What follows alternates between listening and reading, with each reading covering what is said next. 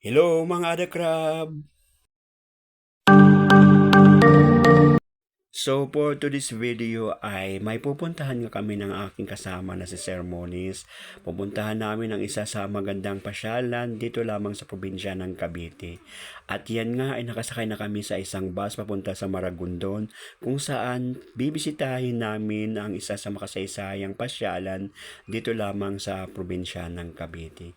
At kami nga ay sumakay na ng bus mula sa Dasmariñas papunta sa Tracy Martires kung saan doon naman kami ay sasakay papunta ng Maragondon, Cavite. So, ayan na nga, nakarating na kami sa unang destinasyon namin.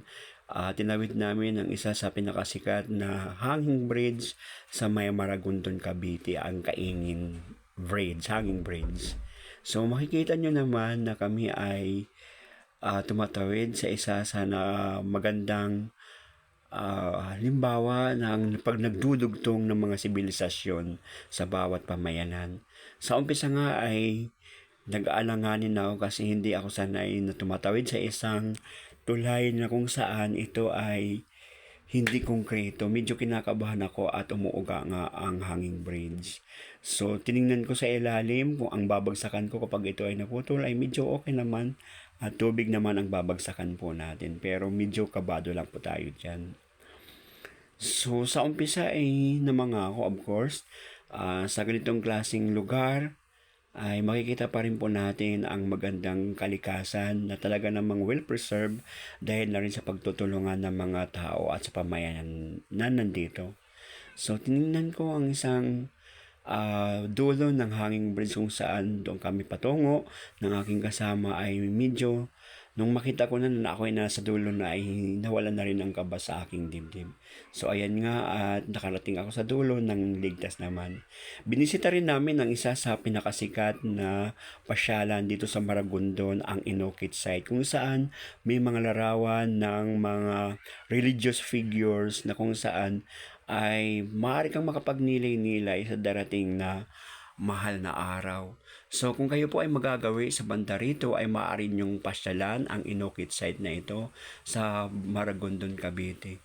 So dito ay maaari kayong mag-ari ng dasal sa mga religious figures na inukit dito po sa bundok ng Maragondon.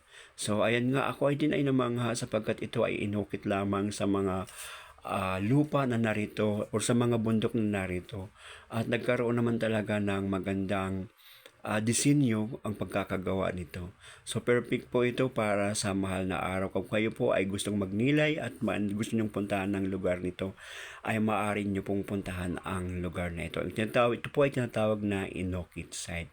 So after nga namin dyan mapuntahan ang Inukit site, kami po ay dumiretso na po sa isa sa makasaysayang lugar kung saan nilitis po ang ating unang Pangulo na si Andres Bonifacio.